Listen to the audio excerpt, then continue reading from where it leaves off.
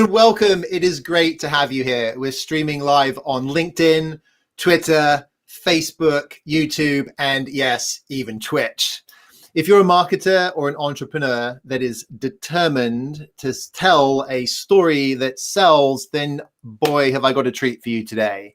Welcome to our weekly stream where we are going to talk about storytelling for business and storytelling for action. What's the point about business if there's not some kind of action taken? Today, we've also got a special treat. We've got my friend Briton Kolber here today. Briton is a therapist, and my goodness, Briton and I have had so many conversations about storytelling. I didn't realize how much therapy and the process of therapy used storytelling, despite the fact that I've experienced it myself in some way, shape, or form as well. So we chat storytelling. We talk about how storytelling is how we make sense of the world. So this is going to be fun. We're going to get some really unique perspective this week, mixing it up, bringing this very different, yet very much the same element into what we're going to be talking about today. So without further ado, Brit, welcome to the show. So stories, pretty important. Does that sound about right? Oh man, yes it does. I mean, I had no idea how important it was until I was in therapy myself and like trying to learn about narrative therapy. It is just part of the software that makes us interpret reality. I love that. I love that. It's like our sort of our basic in-out system, the BIOS, Basically. Right? Yes, basically, yeah. We interpret everything through it and we live our lives through it. Something I've been saying a lot recently is you're either planning, living and making, interchangeable words, remembering, or telling your story. Absolutely. Fantastic. So one of the things that we talk about every week here in the Go Narrative Show is the fact that there's this whole world of storytelling and storytelling frameworks, but they're pretty complicated. You probably know what I mean. And I'm sure everybody who's tuned in has heard about the hero's journey. Some of the folks may have heard about Pixar's storytelling tips. Have you heard about any of these frameworks? Definitely. I mean, I used to work as a literary agent, or as a junior literary agent when I worked in Los Angeles, and like interpreting stories and trying to understand what structure they were, what worked, what didn't work was also part of my training before I got into therapy. So maybe you even got into therapy because you got so deep down the storytelling hole that you started to see the world through a different set of eyes. Oh man, it's all related. I don't know if I can tell you. Brilliant. Well, with these models, one of the problems with these models is they really are born out of a lot of expertise, a lot of analysis, and a lot of trying to figure out how storytelling works so we can tell better stories. But one of the things that I've learned is that's only one small part of storytelling. Britt, you being on the show today is testament to that, right? It's yet another thing that we can look at in the world that is absolutely reliant on storytelling. So whether or not you're completely and utterly new to storytelling or to business storytelling, we've got something for both of you today. So with the natural born folks in the audience who are already passionate storytellers, we're going to show you how to take your whole company on the journey of storytelling and on a journey that results in increasing that profitability and doing that with business storytelling. For those who are utterly new to business storytelling, you will get some simple frameworks that will help you get going with story immediately. So in the next 60 plus minutes, we tend to go to just after 11 o'clock on this. My goal is to get you to believe that this idea of business storytelling is the key to unlock unrealized business profitability. And I'm going to show you my proprietary frameworks that will make it simple and easy for you to do that. And I say easy because there's always going to be some work involved, but we're looking to take some of that load off of your plate. As a marketer and an entrepreneur myself, I know how much frustration there can be in business. Busy, lots going on, right? Loads of objectives, goals, trying to figure stuff out. For over 20 years in corporate America, I held a variety of different marketing roles. I was even chief storyteller for a business division of Microsoft.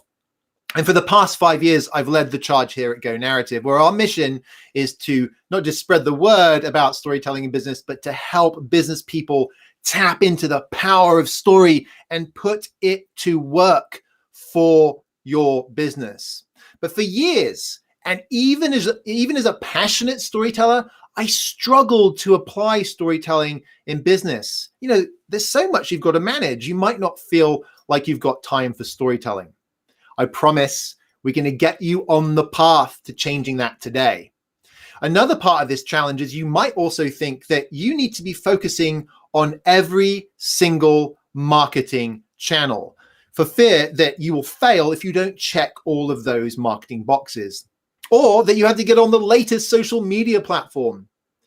These are not the priority worries that you should be worried about. What you need to get right is your business storytelling. And, you know, Britt, I want to bring you in here and just ask you the question in regards to, you know, we're talking about business here, but in life, right? Yeah. I'm sure a lot of your patients are dealing with a lot of stuff flying at them all directions. How do you kind of start to get them to push the noise to the side and focus on their story, changing their story, that type of stuff? Well, man, it's all personal. So when someone is having like a specific problem, we go down to like, what's actually happening? Like, what's the problem? And then sometimes a story happens like, oh, well, this is because I just am a failure, or this is because I'm Jewish, or this is because of this. And then when we realize that this story doesn't necessarily relate to the thing that's actually happening, or it could be interpreted a different way, it reminds me of how much the story is just like your basic reality interface. Does that make sense?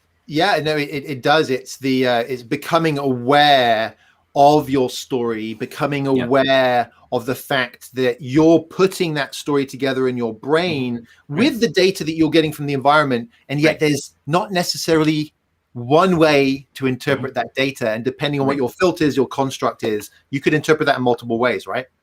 Right, exactly. So like what I told you before, constellations are a great example. So if you look at the night sky, okay, there's probably going to be some light pollution, but if you look at the night sky with this, you know, some reasonably dark night, you're going to see little points of light. Well, people have been looking at those points of light, more or less, with some variations, for thousands of years. And so they're going to have different stories. They're going to see Orion's belt. They're going to see Pleiades, different things like that. But different cultures have different stories using the same data. So Mayans had different things. The Chinese had different things. And if you're in a different hemisphere, there's the great emu in the sky looking at different stuff. So you can take the same data points of these are the like things that have happened in your life, and you can make it one story, or you can make it a different story without diluting yourself or changing what happened, just how you're arranging the data. Exactly. You know, another way that you can view that, and this is particularly relevant for anybody who's in business, and you know, quite frankly, it's relevant in life. But you know, if you think about it from a practical business perspective, when you're running into a problem, when you're running into a roadblock, when something's going wrong, this could be your campaign's not performing like you wanted it to perform. It could be a challenging relationship that you've got in the office, some politics perhaps. Whatever the problem is, you're in a story. You're literally living, breathing, and what I like to call story making.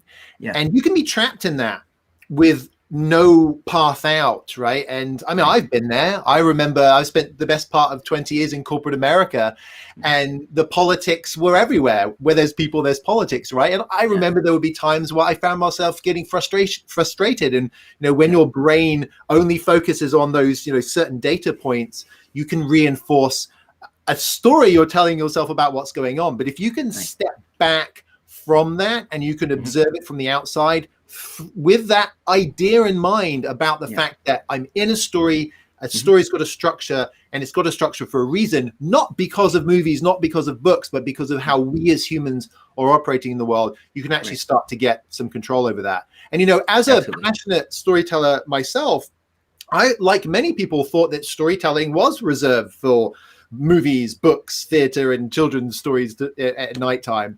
And I've always appreciated good storytelling, but my career was actually built through science and technology. And I didn't think stories have much to do with those fields at all. Longer term, I was actually going to discover that there's a huge amount of science actually involved in storytelling, so much so that we haven't even figured it all out yet. But I did come to learn that storytelling isn't just about the messaging, isn't just about the communication, which is what I originally thought it was, and probably many people do still today. That's why I'm on a mission to change that. Even more important than that, everything in business is affected by story. And if you can have control of the stories that you're making, planning, and telling, then you can do things like improve internal alignment. You can motivate your employees better. You can develop better partnerships. Right now, I'm working with some folks in the Bay Area Partner Alliance on just that. How can we bring storytelling to bear on the partnerships that companies have and the channels and so forth? My mother was a scientist, right? So it's not surprising that this kind of, thinking about these things from this perspective. She was a biologist focused on virology and zoology. She taught my sisters and me to ask questions, develop hypotheses, test our ideas. We were always taught to seek facts, data, and truth, with a heavy dollop of compassion, of course, as well. My mother was also a poet and an author. Now, my father he reinforced this kind of like duality. He was an electrical engineer who enjoyed a sales and marketing career spanning 5 decades in the high-tech industry. He inadvertently indoctrinated me into the world of technology, in Intel specifically to start off with. I grew up surrounded by tales of Silicon Valley, and some pretty wild ones at that, I'll tell you. But I highly recommend this book, Accidental Empires. It's fun. If you want to see what was going on behind the scenes with the early days of Silicon Valley, it's a lot of fun. And my father's influence ultimately resulted in me getting a computer science degree.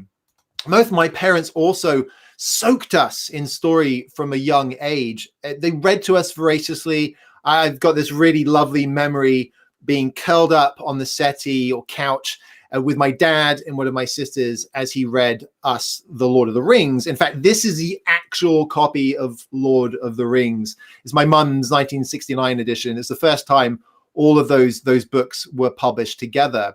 But I took that passion for science and I followed my mother's footsteps into the creative writing and my father's footsteps, both into technology and to sales and marketing, when I started my career in Intel's marketing department. And so if there's any fans of Red Dwarf in the audience, this is a 2002 shot from an Intel Counter-Strike gaming event I helped manage at the Science Museum in London. And yes, that is Arnold Rimmer from Red Dwarf. And so even at this point, I was getting this undercurrent of storytelling bubbling along and seeing this intersection, but not really being aware of it. And in fact, in those early days of my career, I thought storytelling was best suited for presentations, ad campaigns, and messaging.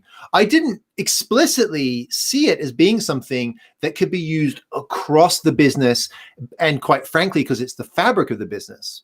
In those early days, I also was hooked on this idea of crossing the chasm that Jeffrey Moore introduced. It was a popular read at Intel, and actually my father introduced me to it. I loved how it kind of framed this chasm as that businesses that failed to connect with the early majority would fall into this chasm. And it really became a North Star for me of thinking about the customer and putting the customer at the center and thinking about talking in a language that the customer understands. And it turns out that storytelling is that language. Storytelling is the human language. Taking actual languages like English and French and Arabic aside, storytelling is that common language. As Britt, you mentioned about the kind of the idea of the bios. And so without realizing I was applying storytelling to my everyday work. But Britt, how did you start to make, obviously you've got this literature background, but at what point did you start to realize that stories were more important than entertainment? Well, I mean, it really started with my study of mythology with Joseph Campbell and the hero's journey. I started thinking there's this other thing that is operating behind the scenes of our conscious awareness. There's something that speaks to us about who we are, how we belong to our group, or how we don't belong. And all of the stuff that impacts people's behavior there's all this stuff that impacts people's behavior that they're not aware of. Mm. And that's when it started to dawn on me, like, hey, this story thing, there's something there. And it was only confirmed in my graduate study. There's a guy named Michael White who invented or developed something called narrative therapy in Australia, and that's part of the core curriculum. No, it's great to hear that perspective. And we've started talking about the hero's journey today, and that effort that Joseph Campbell went through is he looked at these works of art, this literature and the mythology obviously around it as well, if we go even deeper into it, and he was trying to understand what made that tick, right? Why were people interested in this? What made an engaging myth or an engaging story and what didn't? And that really, that resulted in a lot of how people perceive storytelling today. And even the early days of my career, I started applying storytelling without even necessarily realizing it. One early instance, I created this superhero theme for this partner account manager program that we had. In another instance, I created this James Bond style sales campaign. So even in those days, I knew that there was something to storytelling, and I was passionate about it. I was naturally passionate about it. Why was I naturally passionate about it? Well, for a start, storytelling is natural, right? So whether you're passionate about it or not, storytelling is a natural, almost force of nature when it comes to us as human beings. It's a core of who we are. So eventually these efforts of dabbling in storytelling in business and pulling it in resulted in me being recruited as chief storyteller for Microsoft Dynamics. And just as I was planning on leaving the company, wow, I thought it's official. I'm actually going to get paid for storytelling. Finishing my novels can wait. I've got 2 science fiction novels that still need a bit of love to get them over the finish line, but I still really love them. Little did I realize that the journey I was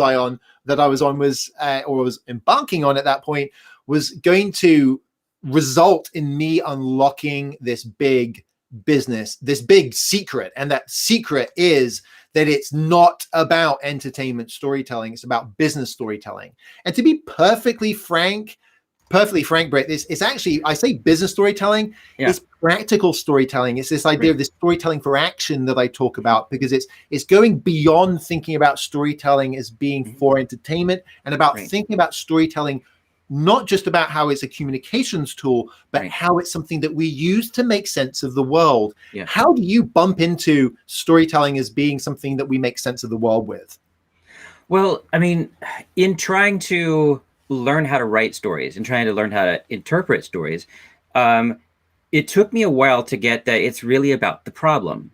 Like, you have to have your characters go through something, and in life and in business, your customers are already going through a problem, and clients that I see have a problem in their lives. And then I come to them at the sort of intersection of like, well, okay, now I want to do something about it, and I've run out of resources. What have you got? And so that seems to be the intersection, is like, okay, here's this context and here's a problem. Now what? Mm-hmm. It's not about like the narrative arcs of like getting someone to like connect empathically or live vicariously through the character, because the people that you want to deal with are already there. So it's just about the problem. They are already there, and in fact, everybody who's watching this and anybody who's in business is already there as well. Like, we'd already touched on this idea of you've got challenges that you need to overcome, and you're in a story, and that that realization is fundamental. And in fact, we've got a treat in regards to the frameworks that I mentioned in terms of how a really easy way of framing that up. And so when I was back at Intel, a friend and mentor of mine, Nick Drew, once said to me, always find if somebody's done it before, right? Basically, he was saying, don't reinvent the wheel. By the way, this is a wheel from Slovenia, in a museum in Slovenia. I took this photo.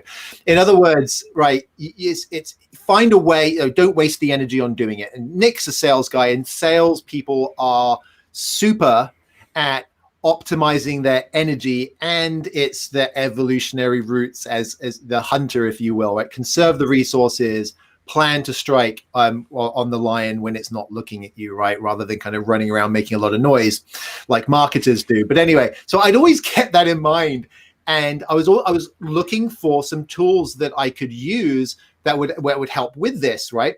And I struggled. I thought I would be able to go out there into the world and that somebody would have come up with some nice structures, some frameworks, some tools, some wheels that I could pick up and I could use in the business.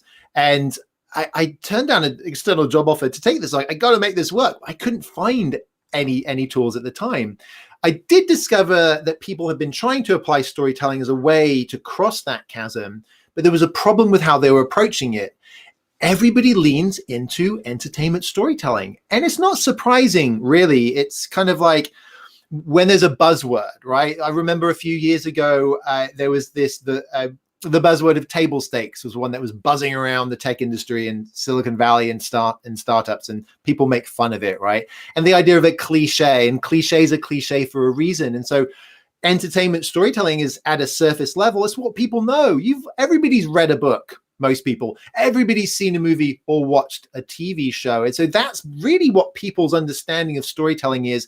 Maybe they start to see a little bit in business, and they start to think about, well, I could use video as a way of doing some storytelling to help my business. And so that's natural, right? And to be clear, there are some really interesting approaches to storytelling in business that I found at the time, but weren't what I was looking for. Like, for example, Nancy Duart's Resonate, about applying storytelling to presentation design, the way she talks about the ups and downs and the beat, which she takes from entertainment storytelling and applies to a presentation, but wonderful for improving your presentations. And then Bo Eason's personal branding approach about using and harnessing your story to communicate your value and to help engage with those around you in your business and in your life. And, we've talked about Joseph Campbell's hero's journey a couple of times, but to kind of prove a point here, the hero's journey there's a couple different versions of it. One's 10 steps, one's 12, one's 17 steps, right? Phrases like rising and falling action, character arc. So if you're the average business person who's trying to access storytelling, you go and you pick out this tool and you start to just get lost in this, and you're just too busy to learn about this flow. Seriously, take a screenshot of this and go and try and memorize this. And then try and memorize what I'm going to share with you today, and you'll see the stark difference. So that's really what I discovered, right? And no matter how many rabbit holes I went down, I just couldn't find something that was the wheel that worked for the repeatable application of storytelling in business. Now, Britt, there's this wonderful book we've talked about. It's Chip and Dan Heath's Made to Stick. I love Made to Stick, and storytelling plays a role in it, in fact. But that's not my point here. My point is this idea of the curse of knowledge. Have you heard of the curse of knowledge? Yeah, like that's when so much you forget how to actually communicate it to somebody else. Does that sound about right? Yeah, and what comes instantly to you as an expert takes a lot more energy for somebody who's not an expert to understand. And we see this all the time in our clients, right? It's the speeds and feeds, it's all the features, it's all the technology, and people get so saturated in it because they have to learn it, they have to know it, they have to understand it. And the same goes for they have to understand the market, they understand the products and stuff. But that curse of knowledge, it applies to storytelling as well. I mean, have you seen this manifest? You've spent time in literature education. Yeah. How deep have you seen people get into the curse of knowledge with storytelling? Oh man, it's all over the place. Honestly, the most vivid thing that comes to mind is when I worked in software usability. The people that were developing software, they had this knowledge of like, this is easy and simple because even I understand it. But by the time their users were getting it, they were baffled. And then of course, the people that were making the software were like, well, these people are just not that smart. We're the experts and they should just learn and figure it out. But they didn't really grasp how much they had learned over time and effort and years, that they just understood things that other people just didn't get yet. Yeah, we see that. I've been an engineer myself. I mentioned I got a computer science degree. Terrible engineer. I blame the dyslexia and the ADHD.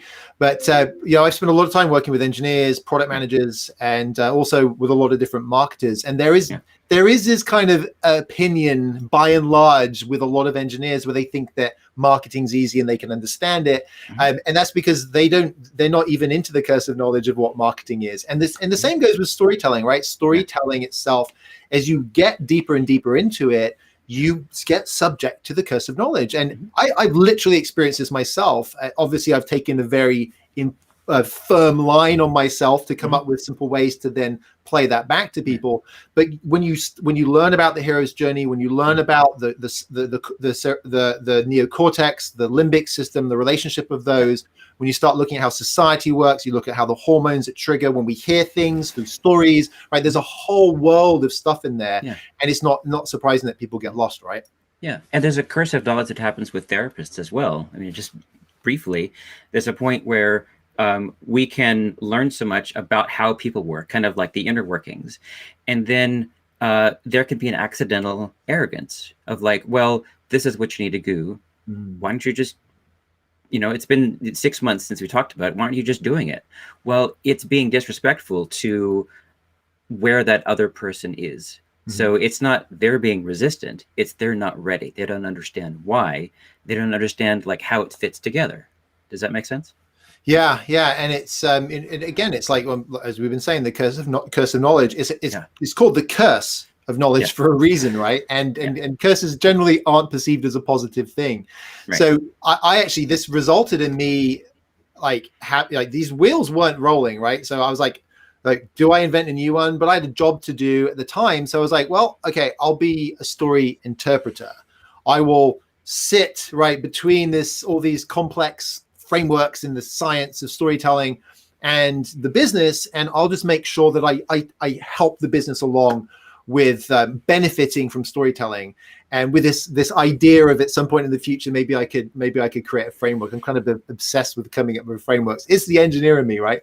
So I would use those frameworks as interpretation, if you will, and focus on the hero's journey, but thinking about the customer as being the hero. And that's something that I became very, very vociferous about at Microsoft, and probably lost me some work friends, if you will, because I was like, we have to put the customer at the center. We have to think outside in, and hopefully that journey will result in them purchasing something from us. And at the time, we ended up my team and I created some absolutely terrific customer showcase films that focused on the customer and their experience, and those challenges and roadblocks that Britt and I have talked about. But it also dawned on me that not all content and not all storytelling was some big, beautiful video. Not all stories had to be like that. Not all stories are the Epic of Gilgamesh, right? Not all stories are the Lord of the Rings. The power in story isn't just the storytelling, it's the story structures. And I was discovering more than ever that the power of story wasn't limited to movies and books and the telling, because that's really what movies and books are about. They're an advanced, hyper advanced way of telling a story, but the story has to be there before you can tell it. And what I was learning is that storytelling is how we as humans connect. It's also, incidentally, how we as humans understand the world. So Britt, vulnerabilities, we've talked about vulnerabilities and solving our problems, and that there's no external solutions, and and all that kind of stuff. Tell me a bit about that. Well, I mean, how we connect, I mean, that's pretty fundamental. Brene Brown's been researching this stuff for ages, and just written books about it. But this thing about connecting, is the secret sauce of that is usually vulnerability, well, preferably with someone that we trust. But in business, as I understand it, it's about the problem. So, for example, when I'm helping a client, there's this thing that I do often where if they're telling me about a problem that they haven't solved yet, I might disclose, I've had a little bit of this problem before, or like, yep, totally me. This is what I've learned. This is how I've taken that situation that you're in, not identical to mine, but similar enough. Here's that problem. Here's me having had the problem. Here's what I did. And then that lets them realize that this is solvable, and there's a connection that happens where they're not alone. So can we solve our problems by buying things, by spending money? I mean, it's a nice problem to have, given the choice. It's nice to have resources, but man, it does not solve everything. Because I've had wealthy clients just like, well, I've gotten to this point. Like a lot of tech jobs, they're like, I'm making more money than my friends. I'm lucky to be here, but I am miserable, or like I feel like the joy has been drained out of my life. All I have is work and stress. Well, so, and the reality is that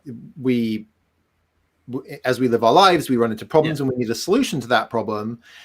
And we crave solutions. Nobody wants to sit around feeling the pain of a problem, right? They want to solve it. They want to get rid of that problem. They don't want. They want to feel good again.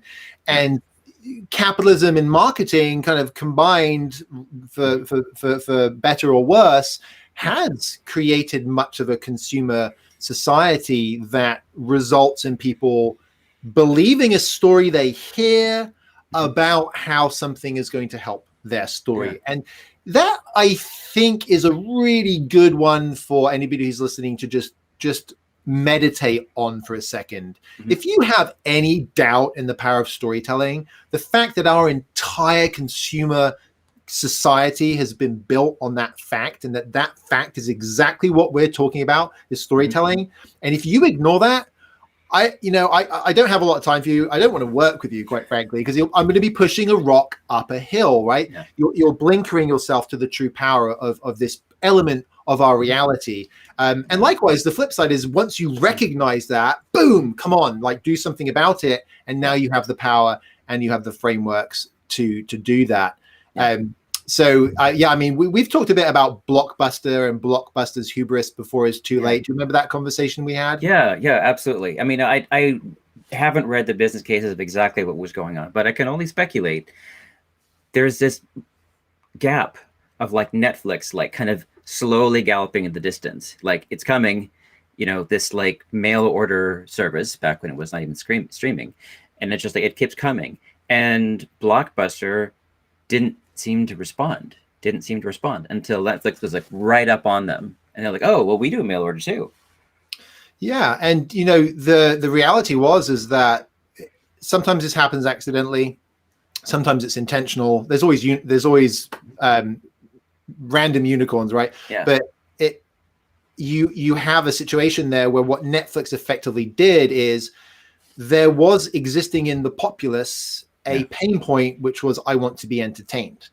And they provided a path to get to that place that had less friction and was more enjoyable, right? You could go to a website in the comfort of your own home. You could browse the DVDs and you could have a DVD sent to you. And so that, on the one hand, right, Netflix, and to your point, I don't know how they thought about it. I'm sure Reid Hoffbutler had some very intense, strong intentions around that. But you can imagine that it was intentional, and that they looked at their audience, at their customers, and they asked the questions about what people wanted, what stood in the way, and how they could help them untangle that knot. And to your point, Britt, Blockbuster were doing this, just like we said a second ago. They were just, this is what we do. We're not prepared. There was no growth mindset there about how the world was changing, how people changed. Because, if there's one constant apart from death and taxes, it's change. Well, and specifically about Blockbuster, there's a pain point that I read about that they didn't really own, and that was late fees. People accumulated this vitriolic hatred for wanting to, like, finish watching the movie, and then they forgot to, like, bring it by. So they were, we're returning a Saturday movie on a Wednesday, and late fees. Well, with Netflix, you could just hang on to it for a month and watch the movie when you got around to it. There was some serious value that was added there because there was a pain point that was addressed. And hopefully through this, folks who are listening are starting to see how not just important stories are to our individual realities, but how fundamental they are. I mean, we're literally talking about the motivations of people, and we're talking about that using the same framework that we were talking about when we were talking about what is a story. And companies are collections of people, right? If I used to say this at Microsoft, it's like, if everybody stood up and walked out the door of Microsoft today, the company would cease to exist, right? And so if you've got a collection of people, those people are living stories, and they're living a shared story together. And so if you're trying to sell even to an enterprise organization or market to an enterprise organization, you have to understand what the paradigm is, and that paradigm is ultimately what their narrative is. And this is exactly why, Britt, I wanted to go beyond just injecting storytelling into what I was doing, right? It was, and hopefully this is clear, like, from the conversation for everybody who's listening, and that is, it's not this ancillary thing. It's not a sidecar. It's not a nice to have. It's not, storytelling isn't just something for entertainment and children. Right. Story and story structures are fundamental that have resulted in those things. And so I wanted to go further than that and help. Literally, I tell this story all the time. I'm like, I was getting pulled in all these different directions at Microsoft to help other teams. And for years, and I'd heard even recently, there was still a video training that I was involved with where I was doing the storytelling component because people were craving it, right? And at that time, I was like, ooh, I love working here. I love helping solve these problems, but I would love to help more than just Microsoft. I would love to help more companies harness this power. And, you know, it's kind of similar to like Brit, you know, what we were talking about, you know, for therapy, helping individuals change their paradigm to find more success. I was inspired to take my experience outside of the corporate, you know, my corporate role and form my own company. Sure. But any thought I saw you fervently nodding there when I was saying about connecting story. Yeah, I mean, I could diatribe on this for ages, but I'll try to keep it brief. So I'm inspired by it's not on the stack anymore. Covey, Stephen Covey, 7 Habits of Highly Successful People, because he talks about paradigm as a mental map. So if the map is not the territory. So like if you're making a map of where you are, if you're making a map of reality, you can't have a one-to-one map because that would be reality itself. It's too much. So if you want to actually see what's going on around you, you have to leave stuff out so that you can use it. If you want to make a topographical map, you've got to leave out the bus stops and the streets so that you can make it useful. And the stories are just a way of leaving some things out, emphasizing others so that you have this framework that you see reality. So for example, if you use different maps, people are often working on slightly or even radically different interpretations of reality. So I see this in couples all the time. There's one person who's metaphorically on this sort of topographical map, and the other one is looking at different things. They're looking at, say, the bus stops or the public transit system, but they're talking about the same thing. But the fight happens because they have no idea that they're actually looking at different maps. They're looking at slightly different versions of reality. Well, so when I can walk them through this process of like, what if you looked at it a little bit differently? Can this also be true? Instead of like, what are you talking about? You're insane. There's no bus stop there. There's a cliff. Well, they're next to each other. And so that's where these like paradigms, these mental maps are really useful because your customers might have a different story of the world around them than you're seeing. And we're seeing that at large in society right now, this polarization, there's a Dave Chappelle quote is that there's these 2 big lies in society. One is, if I disagree with you, I have to hate you. And the other is, if I love you, I have to agree with everything you say. And those are both lies, right? There's a lot of gray area. And I love the map analogy, and it makes me think of the tube map in London. And if you actually go and have a search and search for London tube map reality or something, you'll find there's somebody who's put together using the same graphics what the actual lines of the tube lines are. And it looks very different to the abstraction that's put in the tube map to accelerate understanding. Effectively, it's a visual metaphor for a real thing. But that paradigm you talk about is so true. And mentioning the kind of the polarization in politics and in the world right now, we hear the word narrative a lot. You know, what narrative is being pushed, or what narrative are people believing? And when we hear that, it's the big story, right? It's the paradigm, it's the map. And if you have 2 people that have those very different maps, then you start to have this problem. And that's why there's actually research that says if you give 2 people with vehemently different political views a piece of data in an argument they're having, they will both use that data to justify their position. The example that I saw in the research was about global warming. Literally, the same data was used on both sides of this argument in different ways. And so I wanted to go further than just injecting storytelling. And I had this idea about going beyond Microsoft, but I had a young family at home. My youngest is a little bit older than this now, but this was at the time my wife was on a sabbatical from her career after his birth, and quitting wasn't an option. Now, everything changed for me on July the 19th, 2015. Tragedy struck, and my parents were both killed in a car crash. Now, I won't go any further into this tale. I mentioned therapy earlier. You can maybe connect the dots on why I've had some therapy. But the fact is, for me, it became very apparent that life is short, and unsurprisingly, this became a massive turning point in my life. And against that backdrop of profound grief, I up and left Microsoft. What on earth was I thinking? So I honored them in the best way, my parents in the best way I knew how, and that was pursuing that dream that I had, founding Go Narrative, taking that blend of technology and science and marketing and storytelling, and obsessing over helping business people leverage this power of these tools. And as is probably quite apparent to anyone by this point into our conversation, is that these are fundamental. There's a foundation here that we're resting on, that story is a part of. And I've created some wheels that weren't rolling for me. I've created those storytelling wheels so you don't have to. And the truth is, you don't need to check every marketing box. I mean, you should see my to-do list. It's like this, it's incredibly long, right? We've all got so many things on our to-do list. And when you look at all those potential channels, when you look at all those potential tools, you don't need to check them all, right? You don't need to get on that latest fancy social media channel immediately. What you need is better storytelling. Now, when you've got your story straight, by all means, then figure out the right way to get that to your audience in a way that's going to drive action and have an impact on the world.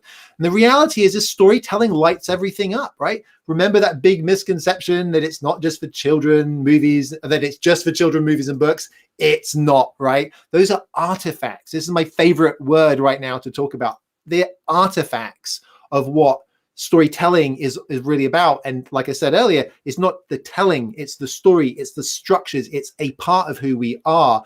And if some artifacts can be used for entertainment, some artifacts can be used for business engagement. And that's exactly what I want to help you with. So when you apply storytelling in the right way, you are more authentic. Your messaging is better. Your executives are more relatable. Your salespeople have increased confidence. You generate increased demand and interest, and you accelerate the sales pipe velocity to close on that demand. And importantly, everything is more aligned. Remember, we were talking about this kind of, whether it's a couple who aren't getting on or a society that's not getting on. If we can use storytelling to bring alignment, that's a powerful thing, right?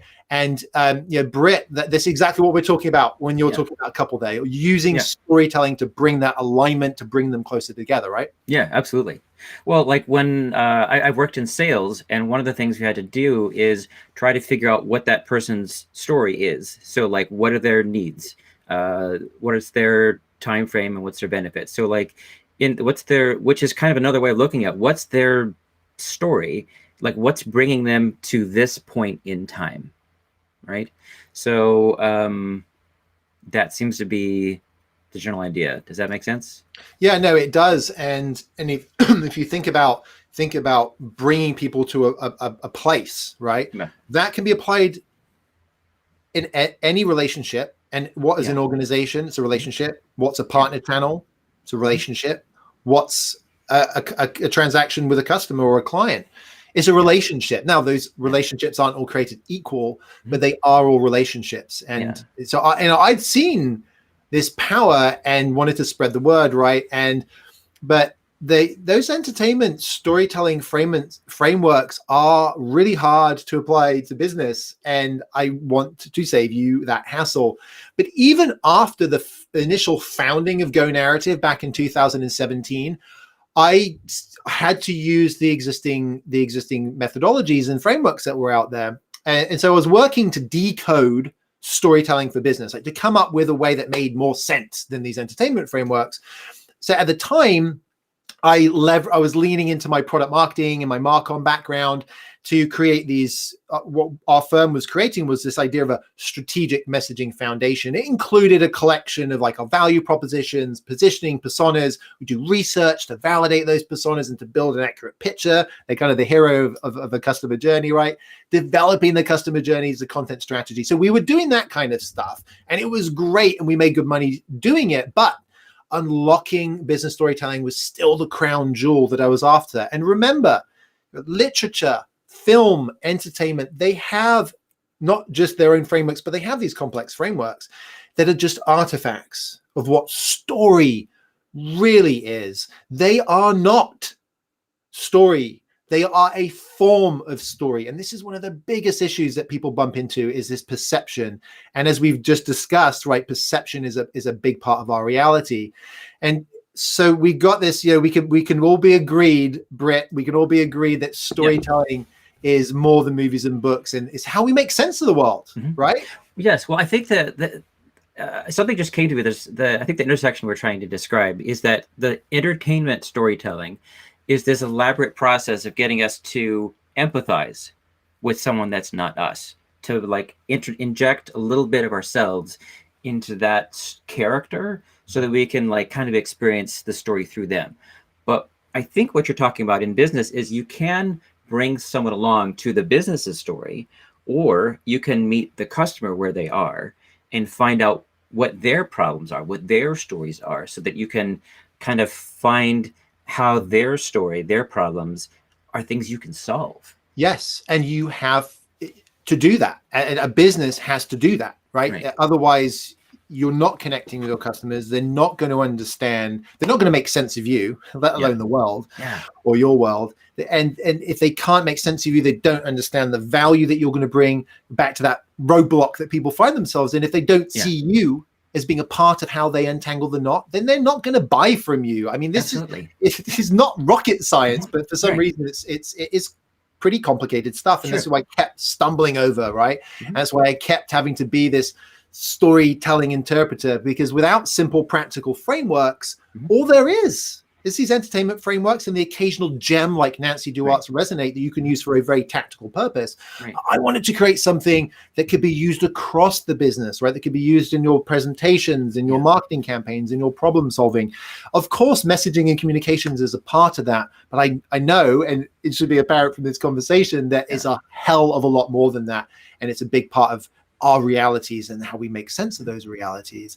So I was doing this, something interesting happened. I was exploring the art and the science of storytelling, and I came to that realization that storytelling is a value problem, and business is all about value.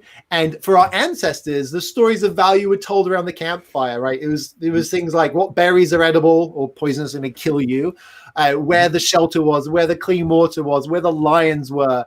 I mean, what other things like did we tell around the campfire, Britt? Sure. Well, man, the shamanic stories, they're telling stories of going inside and meeting something that you're afraid of, and then having some communication with the gods or the afterlife, and then having this felt experience of like, okay, I did this difficult thing and I've come back.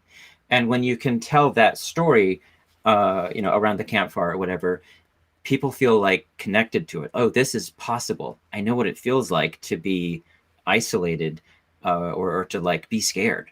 And then do something about it. That seems to be the another way that we could connect the stories around the campfire. Yeah, and another one that always comes to mind for me is the reason why we have stories of witches and werewolves, right? We told those stories around the campfire to stop the children going off and playing in the woods at night, because if Baba Yaga is flying through those woods, taking children and meeting them, you don't want to be there, right? So. But going back to so you talked about this psychological aspect to it, even the fundamentals like the poisonous berries, right?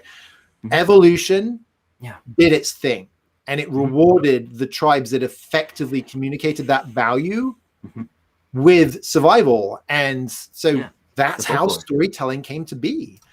And when we hear a story, we actually simulate it. You touched on this when you were talking about film. and movies. And I actually, one example I've used for years, and sometimes I'm wearing the appropriate watch for it, is James Bond, right? And so I've got this watch that's in one of the several of the James Bond movies, and I jest because it's like it's that taking the bit of the movie but the culture away with me. But when you're watching that movie, you are putting yourself, like you said, you're putting yourself into those shoes. And because of the way that our brain's working, we're simulating these events in our mind, and it teaches us how to create similar experiences. And when I see James Bond doing what he's doing, it teaches me that if I was to jump off that train car into the next train car, I'd kill myself, but James Bond wouldn't. But stories can also show us how life can be better, right? And I love this quote from Jonathan Gottschall: "Fiction is an ancient virtual reality technology that specializes in simulating human problems." Now, you'll hear me talk about authentic storytelling till the cows come home. Fiction's also really powerful, and you can use fiction in your business. When we create a persona for our clients, when we get that beautiful slide, it's all informed from the research. We talk about the story of this persona, right? It's about the challenges that they have, and it's about simulating those problems. But Absolutely. Can I chime in on this one? Yeah, please do. Sorry. So something that really excited me was the Three Little Pigs, ancient or fairly old folklore of like the wolf and like the pigs and building like the different houses. What I realized is, like, kind of reading some critical analysis of it, is that it was a framework to teach repetition and problem solving and comparison. So it's not just like there's one way to do it, but like try this, try this, try this. And imagine giving that seed or planting that seed for your children or for your customers. Like, here are different ways of doing it. Try stuff. Yeah, that's a really good example in what I often find myself referring to, and we often get the questions on this stream about, like, you certainly talk about movies and books a lot, Matthew, for somebody that's banging on about entertainment storytelling not being for business. And my answer to that is a couple-fold, but the first one is it's a metaphor. It's a shortcut to understanding. You understand movies, you understand books, and if I can use that as a jumping off point to help you understand what I'm sharing, that's a positive thing. But you just touched on something really, really important about the power of storytelling, and that's exactly it, right? This abstraction that is absorbable in a way that people can embrace. They're not being challenged, and in fact, there's, if you challenge people, if you argue with people, you inspire argument. If you tell your kid, do this, right, you naturally create this pushback. But if you deliver it in a way where they never get near that feeling of conflict, then they're more open to absorbing it. Another example, in fact, to stay in the realm of fairy tales, is Little Red Riding Hood. And you've got the wolf dressing up as the grandmother, and the moral of that story is people aren't always as they appear to be. And again, it's a very, very important lesson. So, I discovered it was hard to apply these entertainment structures to business, right?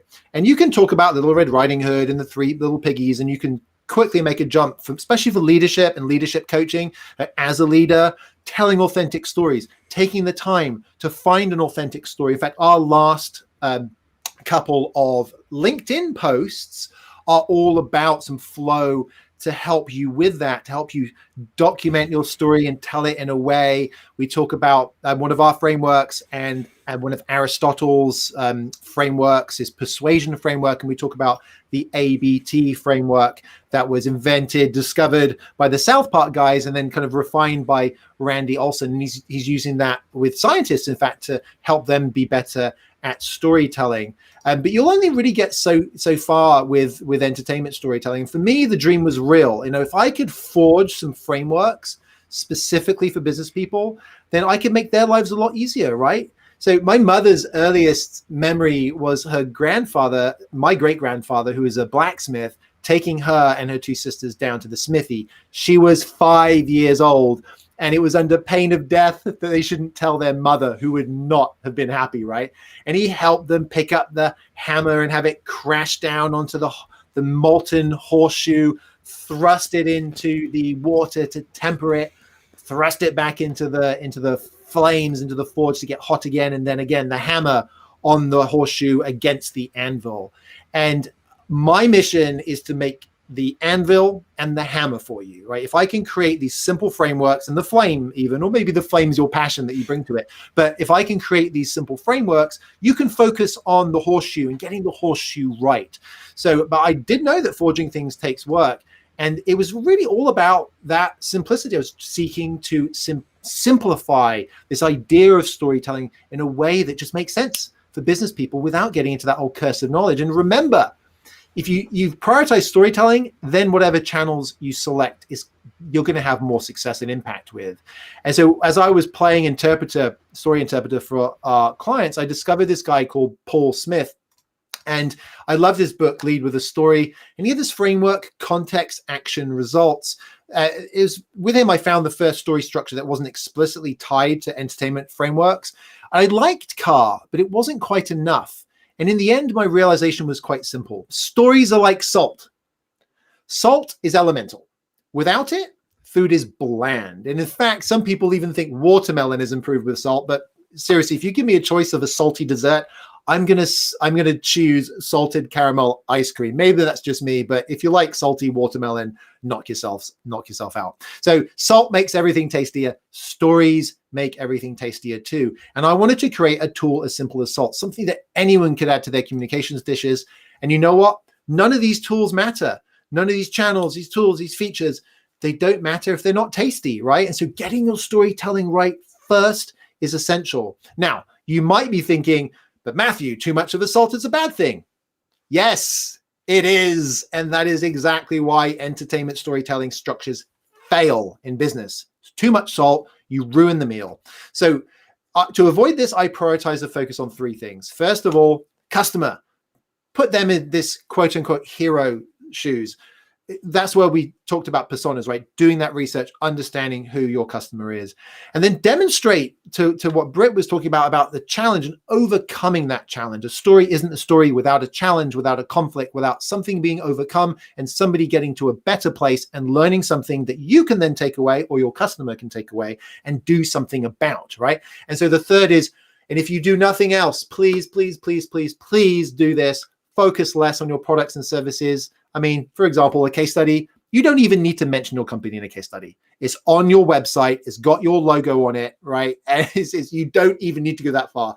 Maybe that's a bit extreme, but it's the truth, right? Focus less on your products and services and more on the people whose lives you affect and make better because of those services. Now, we've used this approach along with my storytelling interpreter role in the early days of Go Narrative to craft sales presentations, websites, and other content such as these examples.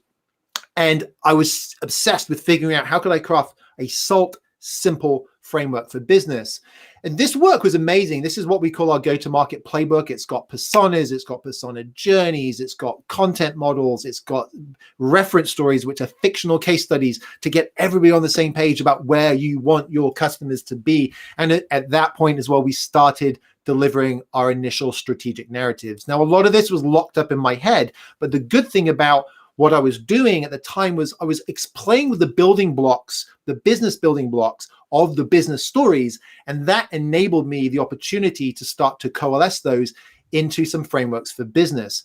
And when we apply these to our clients, amazing things happen. So this mid-size IT services firm that we work with here in the Seattle area, unity across their sales, their marketing, and their service delivery, brand alignment, everybody saying and doing the same thing.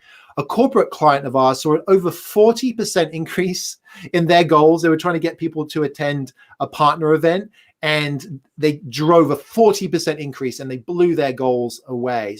So we helped with a huge part of them unlocking that challenge. Another client, landing pages, right? Who doesn't love landing pages when it comes to marketing? Inbound from search, almost 4x increase in page views, and then over 7x increase in page actions when we apply this approach. And the whole point of this approach is to craft these simple tools. So we were using them and we love using them to help our clients stand out, right? Because I promise you, if you focus on this and you do this, you're going to have an edge. I mean, we're talking about something fundamental to how our brains work and how society works. Guess what? Your company, the brains in your company, they're in society, and there's a commonality with how those brains work. So ignore this at your peril. So I found all this through storytelling, and it's not surprising, right? Our brains are wired for it. Our society is built on it, and it's something that's just very much a part of who we are. So where we live, Britt and I both live in the Puget Sound. The Puget Sound archipelago, over 170 islands, and my wife and I fantasize about living on one. And recently we saw one go for sale on Vashon Island. It checked a lot of our boxes, and so we booked some time to go see it, loaded the kids in the car, and hit the ferry. It was a new construction, but it had issues, right? I've owned 3 homes. My parents had a 450-year-old farmhouse. Houses are a lot of work, right? I've learned this firsthand, and my parents learned it the hard way. But if your foundation is good, if your frame is good, a house can last 450 years. And the house on Vashon was peppered with so many warning signs, it clearly wasn't going to last that long. And it reminded me that a great foundation, a great framework is so essential. You have to have the foundation, it has to be simple, it has to be crisp, and it has to be practical, and you have to be able to apply it repeatedly. Try applying the hero's journey repeatedly to your business, and you'll know what I'm talking about. If you get your storytelling right, all of these things will flow through. And by the way, that house on Vashon Island ended up selling for 20% less than its listing price, when most houses on the market right now are selling for 20% above. So storytelling, essential, wonderful communications multi-tool. But the good news is you don't need to worry about all those shiny objects and latest channels and so on if you get your storytelling right. And all of this has led me to 3 secrets. And so those 3 secrets all pivot around a couple of things. So first of all, one false belief that we hear from people is that storytelling might be powerful, it's too complicated, I can't apply it. We've been talking about that, right? So that leads us to secret number 1, which is a quick and easy story hack to increase profitability and to drive that pipeline. The second secret, when people start to get with that, okay, I can use this storytelling framework. I've got it, Matthew, I've got it, but I'm struggling to make it connect, right? I've got so much stuff I'm trying to get across about the product. How do I connect emotionally? Because I know if it's not triggering some kind of emotion, I'm not going to move people to act because it's not moving, right? And that's secret number 2, which is a way to build and tell confident stories that connect with the hearts and the minds of your customers. And that leads us to secret number 3. Okay, I can tell the story that connects, but I can't get the alignment that I need internally. I can't really get everybody on board with the importance of storytelling and story. And that's because I can't find a way to show it connects to the business. And that leads us to secret number 3. So telling the right story to connect your audience and your product, not just together, but deeply to your business and in a language your whole team will understand. And so let's talk about secret number 1. Get your pencils, paper, pens out, your iPad, your Apple Pencil, and get ready to take some notes. So remember, we're not talking about entertainment storytelling. We're talking about business storytelling. We're talking about getting the right wheels for this. And that's exactly what we're talking about, and doing it in a way that doesn't add too much salt to the dishes, which, as we all know, will ruin your attempts at doing this. So I knew if I could forge some salt simple frameworks, it would become the foundation of our client work and our work. And I knew that it would be the secret to unlocking storytelling for businesses around the world. Now, you don't have to worry about going on the whole journey that I've gone on, because I probably shouldn't say this as I talk about not leaning too far into the entertainment frameworks, but as Britt, you mentioned about this idea of the shamanic stories, right? Going away and then coming back with something, right? The journey and return in entertainment parlance is what it's talked about, or mythology, going away and bringing something back. Do you have any thoughts on that one? Oh, man. Well, it reminds me, I'm not sure if this is entirely relevant, but the founder of Cliff Bar, there's a story that really stuck for me where he told the story of wanting to retire and sell his company. And then he was in the meeting and he could already see like the attitude towards the product change. He could already think about the people that on his small team that would be impacted by the sale to a larger company. And he told the story of like, I'm not going to do it. And his reason for doing it was like this, just, I want to take care of my company and I want to take care of the customers. And I connected with that as like, I like Cliff Bar anyway, but I want to participate more because that story makes me feel good. Yeah, you wanted to join him on the journey. And this is, we Right. we touched on politics at, everybody says don't talk about politics and business, so I won't go too far into it. But it's the same thing, right? When you subscribe to a narrative, when you believe in a story, religions are, have done this since the beginning of time, right? Yeah. And it becomes a part of your culture. And storytelling, not only is it for entertainment, not only is it for communication, but it's the very fabric of our reality. And when we apply it, one of the things I wanted to do as well is I wanted to keep that sense of keeping it exciting, keeping it interesting, right? Giving people like the frameworks that would help them really, because honestly, I believe that the right framework are empowering, they unleash creativity, right? There's 5 primary colors, but just look at all the art in the world. There's 12 musical notes on a scale, but just look at all the music in the world. And stories define our world, and you don't need complex frameworks to do that. And if you've got a framework that helps you understand your world, understand your customers' world, and then communicate with your customers, even if you're not a natural born storyteller, you can unlock this power of storytelling. Again, like it's a multi-tool for internal alignment, pitching your ideas to your boss. Is that something you've ever had to do, right? Exploring product strategy, crafting product positioning, defining the strategic narrative for your entire organization, right? And of course, for campaigns and messaging. And, there's frameworks for movies and books, but, come on, where's the ones for business? And that's exactly what I've created for you. So Britt, are you ready for it? Are you ready for this, Sure. The first framework? Let's do it. Okay, so here it is. It's our first framework, the 3D framework. It's practical, it's straightforward. It helps you see your story from all angles: desire, difficulty, denouement. Nike's Just Do It inspired me. They pack so much into those 3 words. It triggers a story in my head. It triggers a story in your head. Britt, what's your take on this? Right. Well, I remember it vividly as one of the first, if not the first, campaign that seemed to like involve me. Just do it. Well, what are the things that I'm compelled to just do? Do I need to do them? Do I want to do them? What if I just did them? What's getting in the way of me doing it? And just having something so efficiently evoke engagement is pretty inspiring. And you touched on exactly what I love about it, and it packs so much in. And in fact, that's why storytelling is you're barking up the wrong tree when you just think about storytelling. When you think about story and you think about the big picture and the structure of story, and then simplify it, you can trigger that story inside people, right? You can press the right buttons inside their head. And that's exactly what I wanted to do with this framework. I wanted it to be so simple you could just remember it. There's a fancy French word in there, and there's a reason for that. But in a nutshell, people, your hero, your customer, want something. We've talked about this today. And we've also talked about life isn't easy. Something stands in your way. That's difficulty.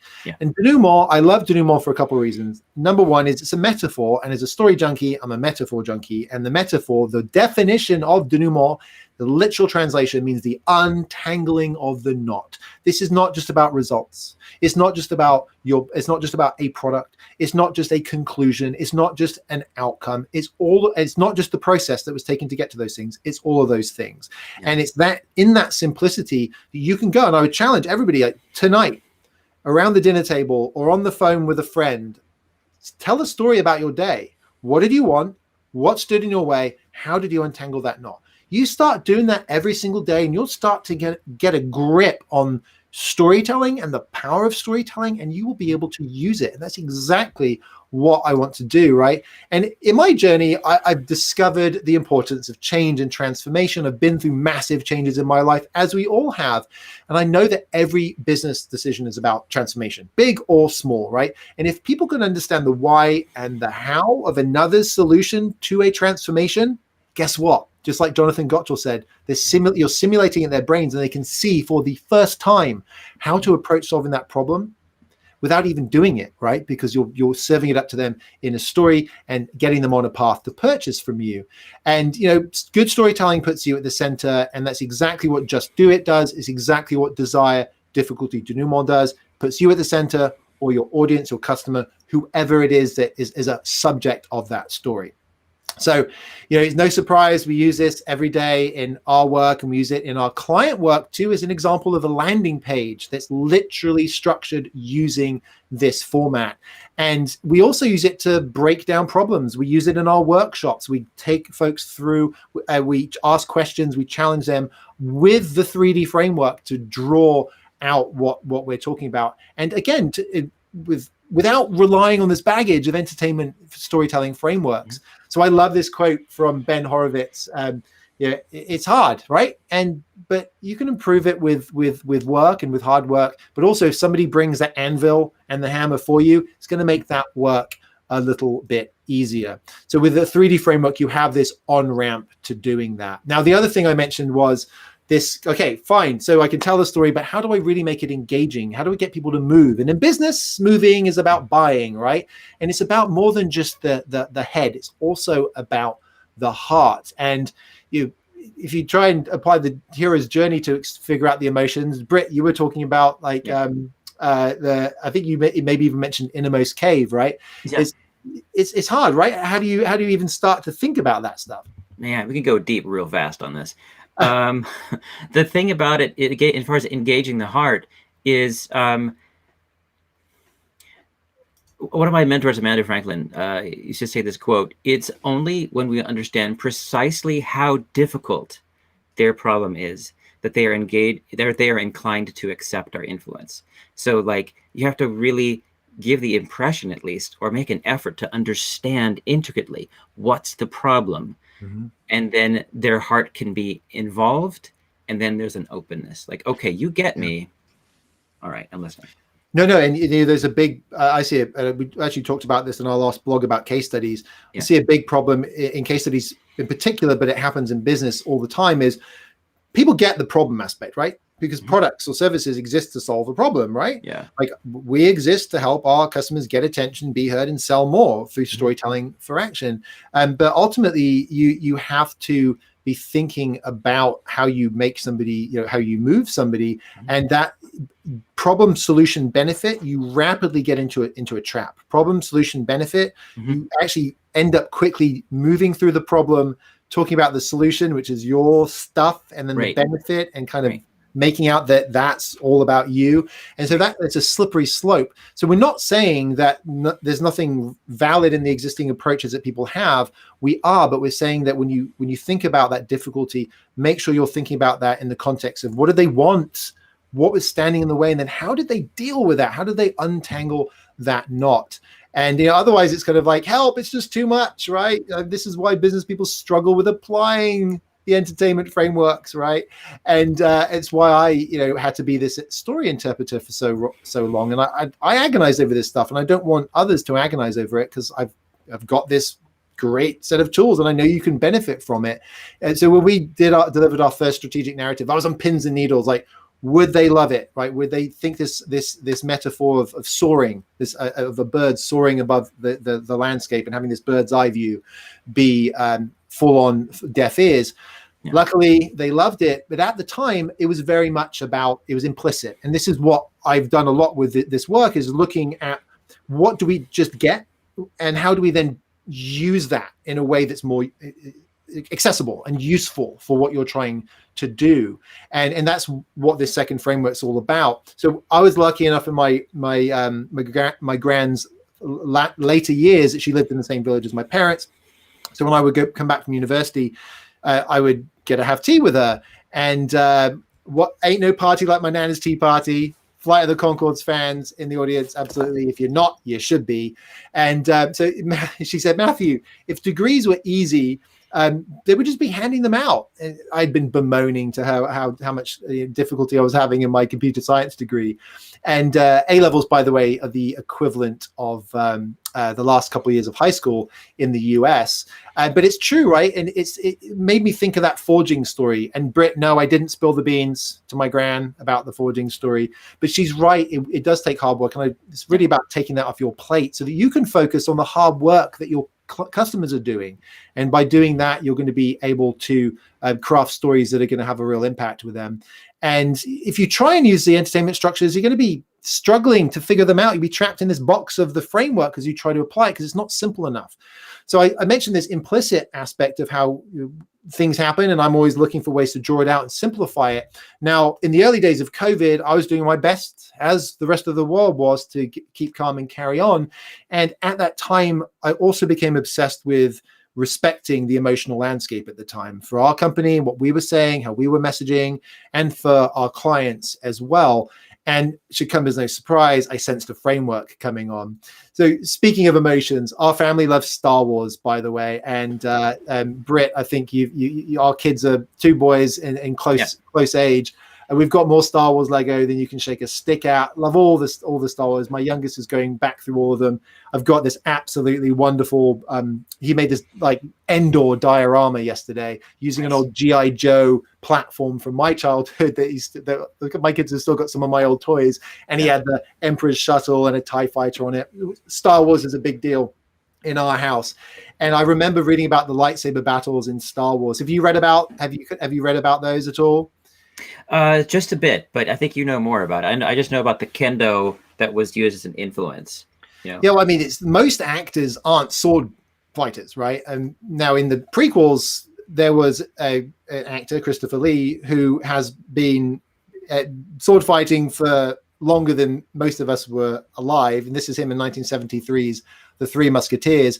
And so he had this style. He brought this style to his sword play, and then his character benefited from it. And unsurprisingly, why was he cast in the character, right?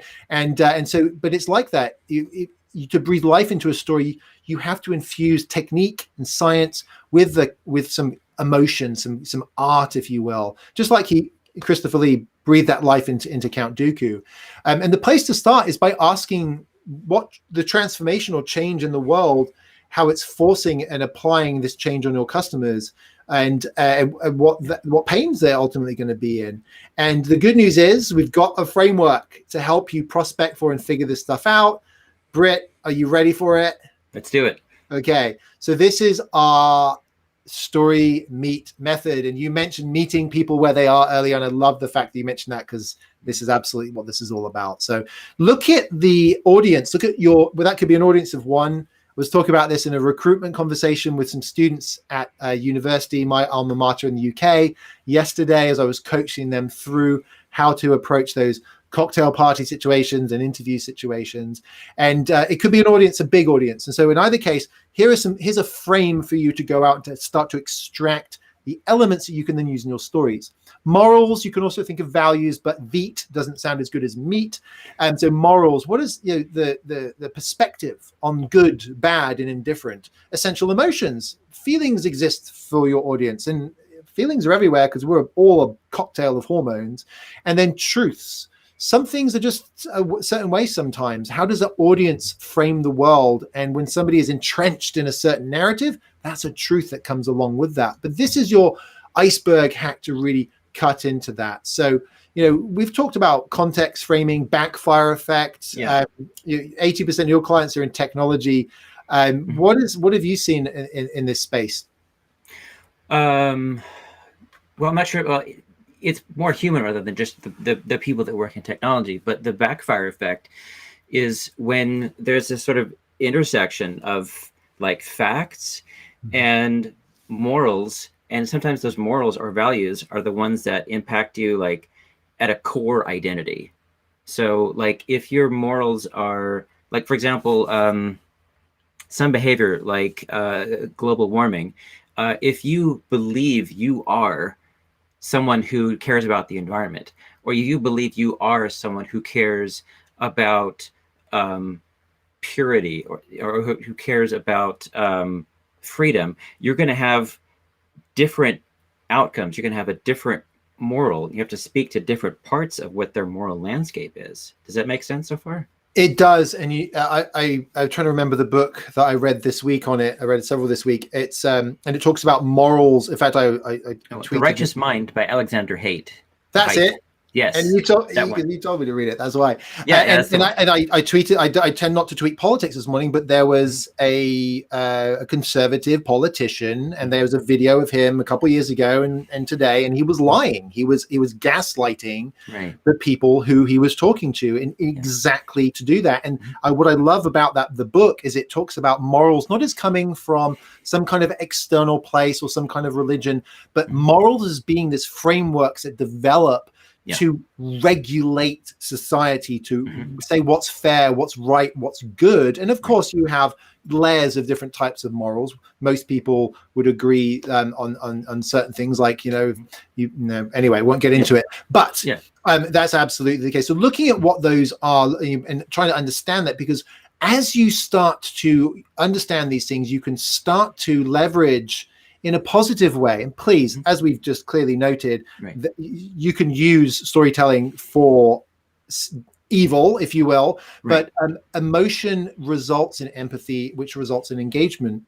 Also recently was reading this fascinating book that basically said the way empathy works is we put ourselves in their shoes to see how we would feel so that we can have respect, right? Empathy for the person that we're hearing that from. How do we put ourselves into somebody's shoes, right? It's through story, right? So we listen to their story and they take us on the journey. And if we understand story, like we understand the 3D framework, we understand the meat framework, we can then listen. Even in business, when that person is sitting opposite on you, the table, opposite side of the table to you, and they're frustrated about something, you're running some program or doing something with your product, and there's somehow some kind of animosity, you can use these tools to frame and understand them better so that you can empathize. And when you empathize, you unlock engagement. And there's a whole world of research on this. But that leads us ultimately to the third secret, which is how on earth you tie all of this stuff deeply to your business. It's the why of storytelling, right? And it's the something that I've discovered is there's not a lot out there on storytelling, and most of the stuff on storytelling doesn't use storytelling. If you Google business storytelling, I think if you hit "I'm lucky" on Google, I think this is the HubSpot article that comes up. Not to throw HubSpot under the bus, but it's not structured in story. It doesn't include any story. There's not even any anecdotes in it. And so that's what I'm trying to change for you, because I know that if you can deeply connect to storytelling to your business, you can take your whole team on the journey. And when you do that, you can actually start to shape your story, just like using these tools when you've got that person sitting on the other side of the table with you to help build that empathy and that engagement. You start to create your future, and you go beyond storytelling. And this is one of the big secrets of storytelling, is that, and it's a paradox, storytelling is not just storytelling. And in fact, storytelling itself, stories, there's components, and then there's the big picture. And we talked about narrative a few times today, and that's the big picture, right? It's you think about your favorite movie or book. I'm doing it again. I'm doing it for a reason. In your favorite film, there's actually a collection of stories, and all those stories weave together and accrue up to the big story of the film, which is the narrative of the film. And that narrative has a moral or a learning, and that there's usually a metaphor that comes along with that.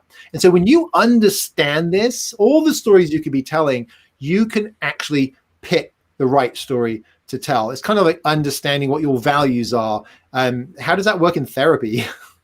Well, understanding what your values are is like a great starting point. I mean, say, for example, one thing I run into is someone gets wrapped up in a problem. Like, well, I don't know, I could do this, and then I could do that, but then this would have these other consequences, and then what would that say about me? And then they go in these little loops.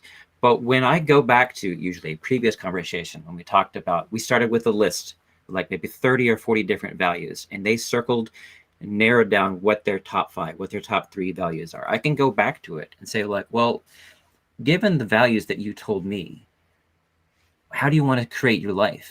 Like, what's the life you want to have later? If you value joy, if you value connection, if you value adventure, whatever it is, what would that look like? And then when they start to focus on, okay, well, hang on, this is the life I want to live, the problem kind of shrinks away because they know what life they want. Does that make sense? Yeah, and this is really, we're back to authentic stories, right? And stories that in business, I mean, therapy, that's about your goals and your happiness in your life. And in business, it's your goal, your business objectives. I mean, this is one of the reasons why we love having these conversations is, again, this is foundational. There's an undercurrent here. The story and what's happening in our brains underpins our lives, how we live our lives, why we seek therapy, how we do business, right? And knowing the right story to tell, the right authentic story, the right fictional story, knowing the right story to tell, you need a way to figure that out, right? And being intentional is very much what this is about, the right business storytellings. In those early days, right, I was hooked at geeking out storytelling, learning all about it, kept running to the problem, right? Sprinkling this salt on the hero's journey wasn't going to be enough, and using the hero's journey, I remember trying to use it one time with my general manager, and it didn't go well. I don't recommend doing it, but that's exactly why I got into this business in the first place, is so you don't have to do that, because most business people, you're just too busy, again, right, to figure all this entertainment story structures out. A few of you do because you're passionate about it. You're in the curse of knowledge. That's fine, right? You're experts. Great. Hopefully you can use these frameworks to repeatedly apply it to business. But how do you connect it to your business? How do you even get started with connecting stories to your business? We've covered so much ground on the telling and the structure and the reality, but how do we then bring that home, right? How do we navigate this storytelling paradox and leverage storytelling for more of what it is as this driving force behind how we're communicating, how we're thinking, how we're running our businesses? And, if we've got something as natural as salt, we'd think it would be easy, but people knock the salt over all the time. And when you try using those entertainment storytelling structures, you do just that. I love this quote from Mike Maddock. It's, you can't see the label from inside the jar. I want to help you get out of the jar and see some storytelling, seeing storytelling in a way where you can connect it to the business. And I'm going to go back to a film example. I've got a real example. I actually just read the The Wizard of Oz books to my youngest. We're reading the second. Turns out there's 16 books in the Oz universe. I mean, come on. We love our serialization nowadays, Star Wars and Marvel and stuff. Baum, was it? He was doing this with Wizard of Oz way back in the day. But in the Wizard of Oz itself, you have individual stories. Dorothy's story, she's swept up by this tornado and she lands in this magical land. She meets the lion, she meets the Tin Man, and she meets the Scarecrow, and each one of them have their own story. Each one of them wants something and it has a struggle. But each one of them has what they need inside them. If you go back and rewatch this or reread this, the lion wants courage, but he's the one who's defending the crowd. The Scarecrow wants brains, but he's the one doing the problem solving. And the Tin Man wants a heart, but he's the one who's showing compassion to the group. And Dorothy just wants to be home. And arguably it was a dream, especially if you watch the movie, but also she had it inside her house to figure out, to solve the problem about getting home and about taking your destiny in your own hands. And you have what you need inside of yourself. And that is the visual metaphor of the yellow brick road, by the way. And, the fact is that strategy and story are interlinked, right? Your story is a strategy of your life, whether you realize it or not. And it's the same for your business. And so when you start to think about all the stories you can tell and what that is at a narrative level, you do start to find that path to connect your business to success by using narratives. So Britt, we've got the final framework coming up here. I'm pretty impressed with how we've made for time, considering that we've built this conversation on the existing presentation. The thing's not weird. I've never seen that happen before. Here we go. Here we go. Okay, we're ready for it. Right. So the TRIPS storytelling framework. TRIPS is an acronym. Transformation. What change is going on in the world? How's that affecting countries, companies, businesses, teams, individuals? Reasons to believe. What are the head and the heart of that? The head, the trends, the facts, right? The proof that you can talk about. This transformation is real. And the heart. What do people want because of this? What aspirations is this forcing people to have, whether it's solving a problem or it's getting something fantastic?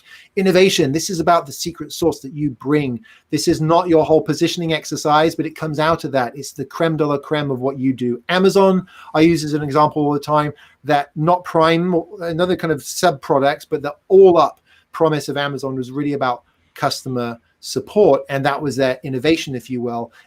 Selling books, selling DVDs, being a global marketplace, all second place to their focus on that. And that can be, your company could have something along those lines. And you can even use the MEAT method, by the way, to figure out what that is for your business. If it's not something specific about the product, maybe it's a belief, maybe it's a commitment to the world, to the environment, whatever that happens to be.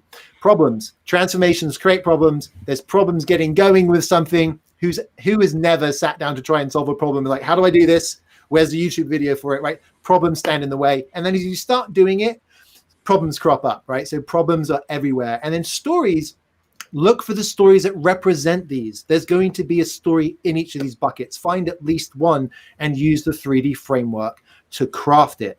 Not talking about writing a novel here, mate. I'm talking about doing half a page. So you could roll the dice. And like we said earlier, some companies just, they luck out, right? There's a bell curve with these things. There's a whole conversation there about statistics and libertarianism that I'm not going to get into. But anyway, Britt, tell me about success in therapy. People are just rolling the dice, or how do you help them not just roll the dice and have some structure to that? Well, people usually come to me when they've reached a point where they're looking for something new. And so they've been rolling the dice. They've been looking for song lyrics, look to song lyrics for wisdom, or, other people that they know. And so rather than just random, it's really helpful for them to start looking at, what are you assuming? What are the stories that are impacting you? What's happened to you before that seems to be playing out and making you do the same thing over and over? So rolling the dice can be fine, but by being aware, awareness is almost the first step. As far as if someone wants to start a new habit, I go into, before we start doing anything, let's be aware of what's your day like, and when do you feel like you want a cigarette? When do you feel like you're trying to quit drinking? And when do you feel like I deserve a drink? There's a story at play there. And when you're aware of it, you can start to make a choice, and it's less about a gamble and more like, I got a plan.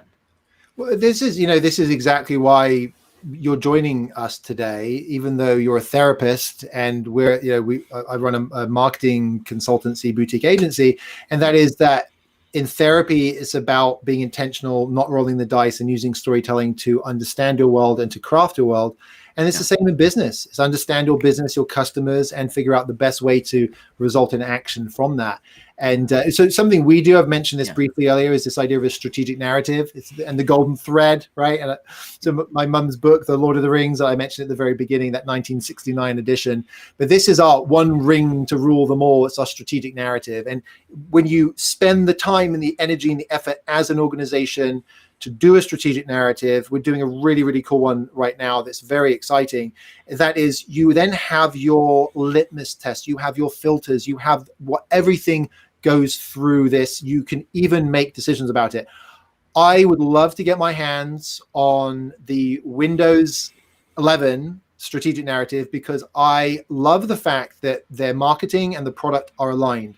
They're talking about putting you at the center of your experience, and that Windows is there with you to help you with that. So already playing the guide, not the heroes. Good job, Microsoft. And also the start bar has now been moved to the middle, right? You can move it to the side, and I have done that. But when people come into the product, that's what they see. It's authentic, right? It's authentic, and that authenticity builds trust, it builds alignment, and it builds empathy, and it builds engagement. And when you create a strategic narrative, you have the documentation, right? And if you want to say documentation is not important, I'm going to point you to the Bible, the Quran, and all the other religious texts that are out there. This is an important step to do as a business. First step is using those frameworks, the TRIPS framework in particular, to understand that big picture, but put the strategic narrative together. And, after we applied this, we saw business took off. The strategic narrative was really some big impact. But the frameworks, we use them every day, right? And my journey from storytelling went from entertainment stories, hero's journey stuff, brain science, and all this society stuff, to understand that we can truly harness this as a tool in our business. And as an example as well, you can take the TRIPS methodology, and this is our version when we say, does this content use it, right? You can grade, you can score your content. We've got a process we use to do that out of 4, right? You say some people don't like to be told there's absolutely nothing. So we have 1, 2, 3, and 4, grade the content, and then you can identify how to make it better and ultimately unlock everything that we've been talking about today, and we've talked about a lot today. So I'm going to just move into here to start to think about, what people's questions might be. But I do have a question for you first, everybody who's on the line. If you follow that first framework, that first secret, and use the 3D framework to tell more compelling stories repeatedly, and then use the MEAT framework to make sure the stories you were telling touch the right emotional notes for the audience, and use the TRIPS framework to make sure all those stories you were telling, however, whether it's internal or through your marketing and communications, that you have more alignment to your business and help put those guardrails in place to get everybody moving in the same direction. Do you think you might be able to find some more success? Do you think you'd be able to? I'm in. Well, I'm excited. You're excited. I'm sure there's a lot of excitement right now with people who are watching, but also a bit of a drinking from a fire hose situation. And you know what? This is like we've talked about 3 simple frameworks today. 3 simple frameworks, and it still can feel like drinking from a fire hose. I had a presentation coach once who said, Matthew, don't worry about getting everything across. You've got 1 hour. Your only job in that hour is to get them to take a next step, to take some action, presenting for action. And I hope that's what everybody here today will do. And that's why I say your homework is tell a story tonight around the dinner table on the phone with your best friend about something that happened in your day. And do it with the 3D framework. What did you want? Desire. What stood in the way? Difficulty. And then how did you untangle the knot? Denouement. You'll be able to see your story from all angles, and you'll be able to rapidly start applying it easily. And, you can start using immediately, but please, if you need help with it, let us know. And so this ultimately leads to that big secret that I was talking about, and that is our storytelling for action kit. And this is a collection of playbooks that we have developed. It is actually 6 playbooks, 14 how-to flows, over 300 hacks that you can use to work through this stuff and extract all this stuff so that you can start to understand your narrative and your stories. And here's another view of how it works. We've got these processes. You go through it. It guides you on the journey. And of course, we can help you with that. And we've even provided a how-to flow of how to approach creating a strategic narrative. This will get you going. When it comes to the narrative forge, there's a whole bunch of other stuff behind that, but this will give you the direction that you need to create that strategic narrative. And for those who want to learn more, go to gonarrative.com/SFA, and you can sign up to get the announcement when we go to general availability on this.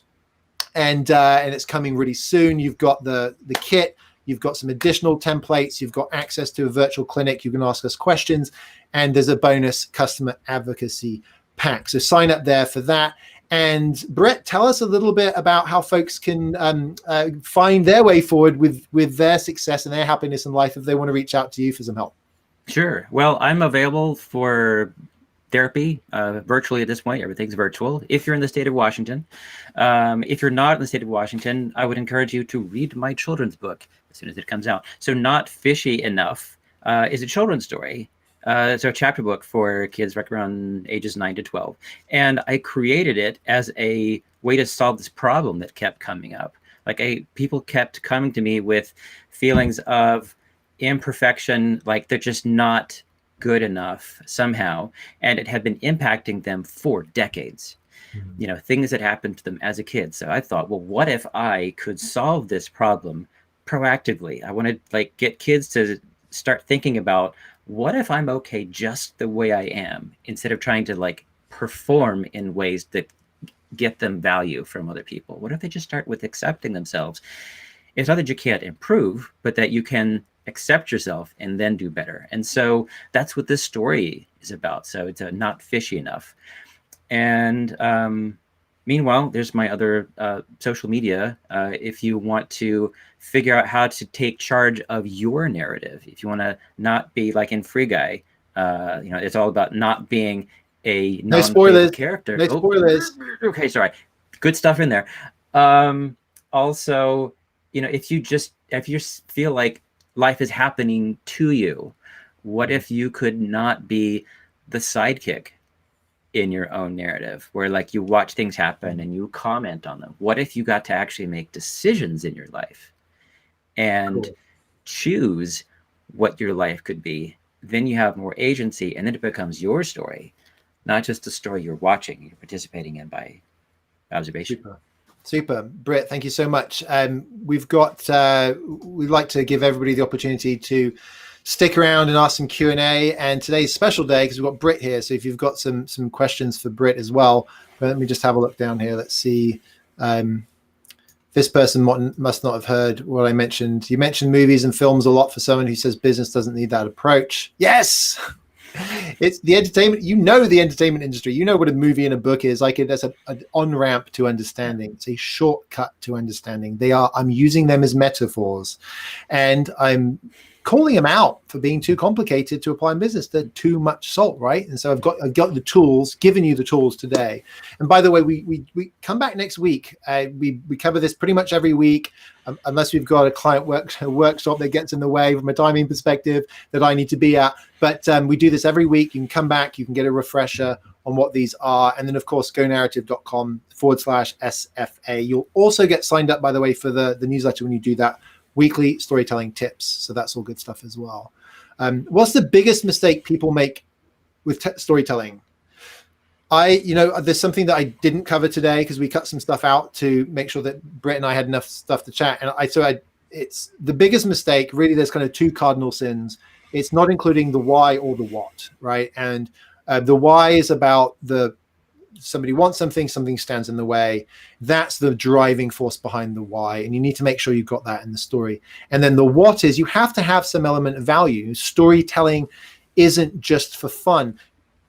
I love the fact we've talked about two classic stories today, fairy tales, right? We talked about the Three Little Pigs, and we talked about Little Red Riding Hood, and how they are actually they're teaching a lesson without teaching a lesson. And that's a power of storytelling, but they are teaching a lesson. And so you have to include both of those.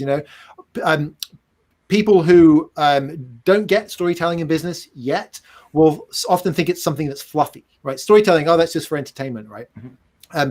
And people who are obsessed with storytelling will craft stories that sometimes don't include the necessary elements of value. And those are both sins of storytelling. But if you make sure you've got both of those, then those are mistakes that you'll be able to get around and find some success with. Let's see. Why don't you have heroes or things like that in your frameworks? Well, because we're not only we trying to get away from the entertainment frameworks, we don't want to muddy the waters with those, but we also want to keep it focused and practical on business and to get you thinking more about the simple aspects of story that you can tap into, rather than that slippery slope of starting to think about things like the hero's journey, right, and getting you into the curse of knowledge with storytelling, which I'm in, right? And I have to work actively to stay out of, because I've become an expert in storytelling. And so that's a challenge. But hopefully this is all going to be interesting for consideration. And come back next week, shoot out questions, reach out Twitter, reach out on LinkedIn. And thank you so much, everybody. Britt, thank you. It's a pleasure. Thanks, Matthew. This has been really fun. We said is business storytelling, business therapy? I think the answer is yes. Right? Sounds like a plan. Everything you've said about therapy, like, give me in a nutshell. Give me like the denouement of therapy. I mean, like a good therapeutic outcome.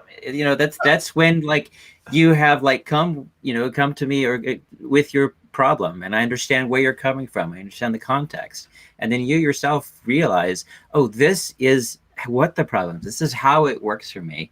And it is a mixture of joy and sadness when they're like, okay, Britain, I've got this. I'm ready to move on, because I miss the people that I work with, but I'm also so happy because they're taking something. They're taking some element of the story of their life, and they're just like, I'm going to go right into the sunset.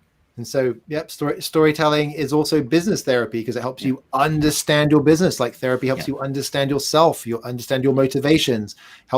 Business storytelling helps you understand your motivations, your customer, your audience's motivations, and how to set them off on that successful journey, which hopefully will involve buying from you. So thank you, everybody, for stopping by. Briton Kolber, thank you so much for stopping by as well.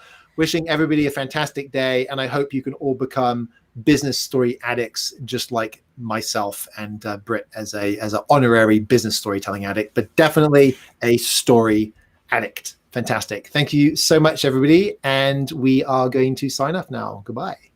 You can stick around, Britt.